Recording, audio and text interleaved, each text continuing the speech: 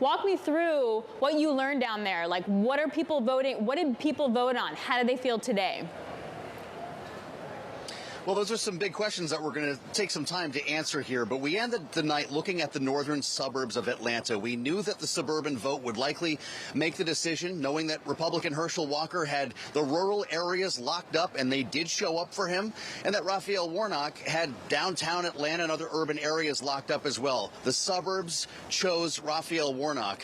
And as you can see behind me, the old Ebenezer Baptist Church here in Atlanta, that really was kind of the starting point for Raphael Warnock. The new church is across the street. This is where he has been pastor since 2005, following in the footsteps of Dr. Martin Luther King Jr. That's where the organizing began. Stacey Abrams, who may not be getting enough credit for this victory, took the ball from there, creating a ground game, a network that Warnock used to win what is now, at least as he puts it, the 5th time. If you include the general elections, the runoffs, and the initial primary, he won 5 times in a record vote, a record turnout yesterday, and a record vote for Raphael Warnock.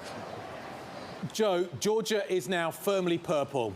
What can I take away from the vote that we've just seen and take into 2024?